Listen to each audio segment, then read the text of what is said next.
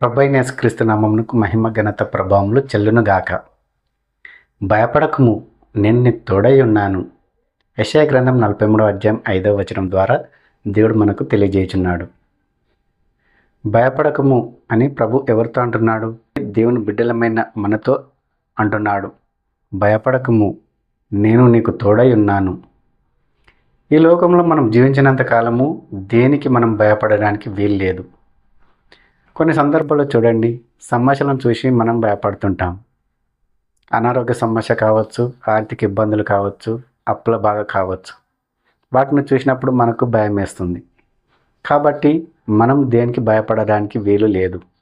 ఎందుకంటే జీవం కలిగిన దేవుణ్ణి మనము కలిగి ఉన్నాము. ఆయనే మనకు సెలవిస్తున్నాడు. ఏమనంటే, నేను నీకు తోడై ఉన్నాను కాబట్టి భయపడకము. మనము బ్రతికినంత కాలము ధైర్యంగా బతకాలి. ధైర్యంగా బతికే వారికే దేవుడు తోడుగా ఉంటాడు. భయపడే వారికి, పిరికి వారికి దేవుడు తోడుగా ఉండడు. భయపడేవారు, పిరికివారు కూడా పరలోక రాజ్యంలో ప్రవేశించరు. ధైర్యంగా జీవించే వాళ్ళు మాత్రమే పరలోక రాజ్యంలో ప్రవేశిస్తారు. మనము ఎల్లప్పుడూ ధైర్యంగా జీవించాలని మన నుండి దేవుడు ఆశిస్తున్నాడు. జీవించినంతకాలము మనము ఆయనకు సాక్షులుగా జీవించాలి, ధైర్యంగా జీవించాలని ప్రభువైన యేసుక్రీస్తు నామములో మిమ్మల్ని అందరినీ కోరుకుంటున్నాను. ఈరోజు వాగ్దానం వీక్షిస్తున్న మీ అందరికీ ప్రభువైన యేసుక్రీస్తు నామములో శుభాభివందనములు తెలియజేయుచున్నాను. ఈరోజు వాగ్దానం చదువుకుందాము రండి. 1 సమూయేలు గ్రంథము 24వ అధ్యాయము 5వ వచనము. సౌలు పైవస్త్రమును తాను కోసినని దావీదు మనసు నొచ్చి, ఇతడు యెహోవా చేత అభిషేకం నొందినవాడు గనుక యెహోవా చేత అభిషక్తుడైన నా ప్రభువునకు నేను ఈ కార్యము చేయను. చదువుబడినటువంటి ఈ వాగ్దానమును మీరు విన్నారు కదా. ఈ వాగ్దానంలో దేవుడు మనకేం తెలియజేస్తున్నాడంటే, దావీదు ఏమంటున్నాడంటే, సౌలు యొక్క పై వస్త్రంను కోశాడు. అలా కోయకుండా ఉండాల్సిందని దావీదు తన మనసులో నొచ్చుకున్నాడు.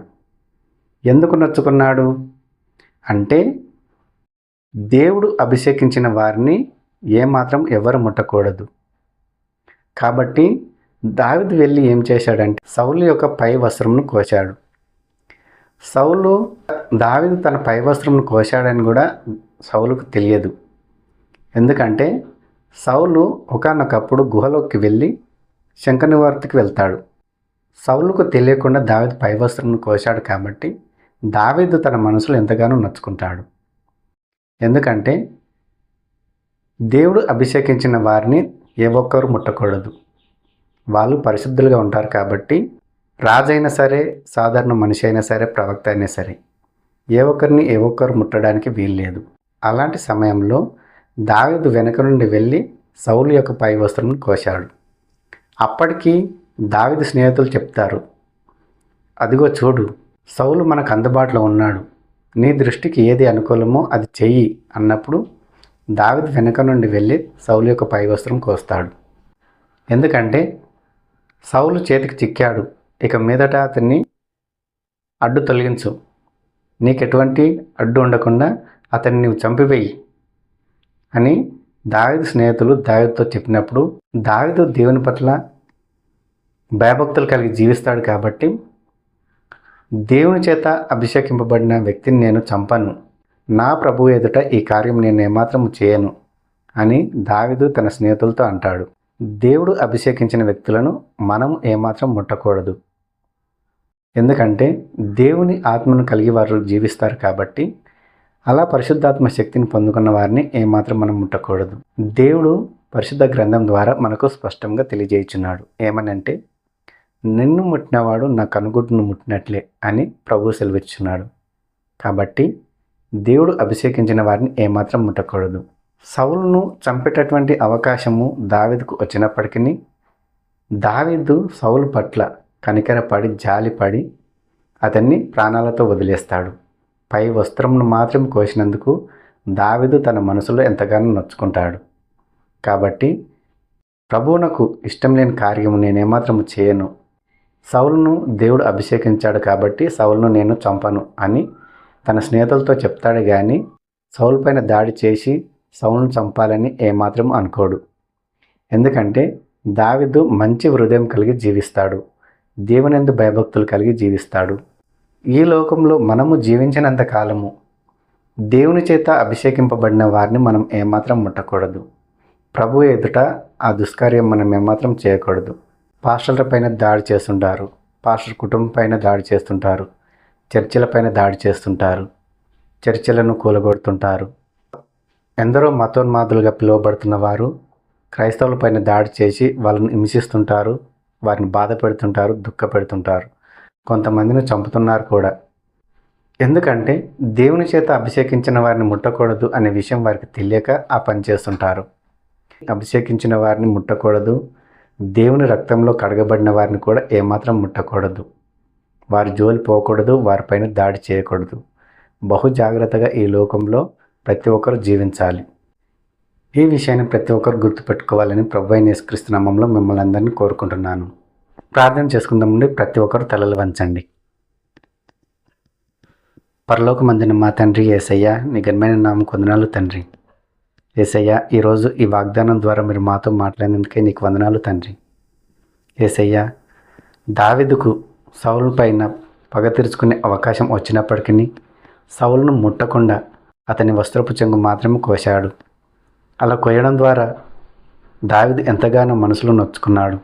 దావీదు యొక్క స్నేహితులు సౌలును చంపమని ఎంతగానో ప్రేరేపించినప్పటికీ అభిషేకించిన వాడిని నేను ముట్టను, దేవుని ఎదుట ఈ కార్యం నేను చేయను అన్నాడు. కానీ సౌలు పైన పగ తీర్చుకోవడానికి ఏమాత్రం వెళ్ళలేదు. యేసయ్య, ఈ లోకంలో మేము కూడా జీవించినంత కాలము దైవజనుల జోలికి కానీ వారి కుటుంబ సభ్యుల జోలికి కానీ మేము వెళ్లకుండా బహు జాగ్రత్తగా జీవించడానికి సాయం చేయండి. ఎందరో నాయన మరి తెలిసో తెలియక దైవజనుల పైన దాడి చేస్తున్నారు, చర్చిల పైన దాడి చేస్తున్నారు. అలా దాడి చేసే వారిని నాయన మీరు దర్శించండి, కనికరించిన కృప చూపండి. మంచి మనసు వారికి అనుగ్రహించండి. వారిలో నుండి రాతిగుండ తీసివేసి మాంసం గుండెని అనుగ్రహించండి. దేవుని బిడ్డల జోలికి వెళ్ళకూడదని, దైవజనుల జోలికి వెళ్ళకూడదని, దేవుడు అభిషేకించిన వారి జోలికి వెళ్ళకూడదని ప్రతి ఒక్కరు తెలుసుకునేలాగిన వారి మనోనేత్రాలను ఆయన మీరే తెరవమని వేడుకుంటున్నాము తండ్రి. ప్రతి ఒక్కరిని మీరే దర్శించి కనికరించి కృప చూపండి. ప్రతి ఒక్కరిని ఆయన మీరే క్షమించమని వేడుకుంటున్నాము తండ్రి. కనికరములు దేవ, ప్రేమగల తండ్రి, నీకు వందనాలు స్తోత్రములు చెల్లించుకుంటున్నాము నాయన. ఈ వాగ్దానం చూస్తున్న ప్రతి ఒక్కరు నాయన తమ హృదయములు మార్చుకొని నీ వైపు తిరిగి నీకు సాక్షులుగా జీవించడానికి సహాయం చేయండి. ఏ ఒక్కరు పాపంలో జీవించకుండా పరిశుద్ధమైన జీవితం నీ ఎదుట జీవించడానికి సహాయం చేయండి. ఇంకా ఎందరో నాయన పాపంలో జీవిస్తున్నారు, వారందరికీ నాయన నీ రాజ్య సువార్త అందులాగిన ప్రతి ఒక్క యవనస్తుని నాయన మీరే లేవనెత్తమని వేడుకుంటున్నాము తండ్రి. గొప్ప గొప్ప అద్భుత కార్యాలు ప్రతి ఒక్కరి జీవితంలో ప్రతి ఒక్కరి కుటుంబంలో చేయమని వేడుకుంటూ మమ్మల్ని మేము తగ్గించుకుంటూ నీ నామం నెచ్చుకోమని వేడుకుంటూ యేసుక్రీస్తు నామంలో ఈ మనవులు సమర్పించుకుంటున్నాము తండ్రి. ఆమెన్. ఈరోజు వాగ్దానం విన్నారు కదా. ఈ వాగ్దానము మీకును మీ కుటుంబములకును బహు ఆశీర్వాదకరంగాను దీవెనకరంగాను ఉన్నట్లయితే ప్రతి ఒక్కరు ఒక లైక్ చేయండి. ప్రతి ఒక్కరూ సబ్స్క్రైబ్ చేసుకోమని ప్రభువైన యేసుక్రీస్తు నామములో మిమ్మల్ని అందరినీ కోరుకుంటున్నాను. ప్రభువైన యేసుక్రీస్తు కృప మీకును మీ కుటుంబములకును తోడై ఉండును గాక.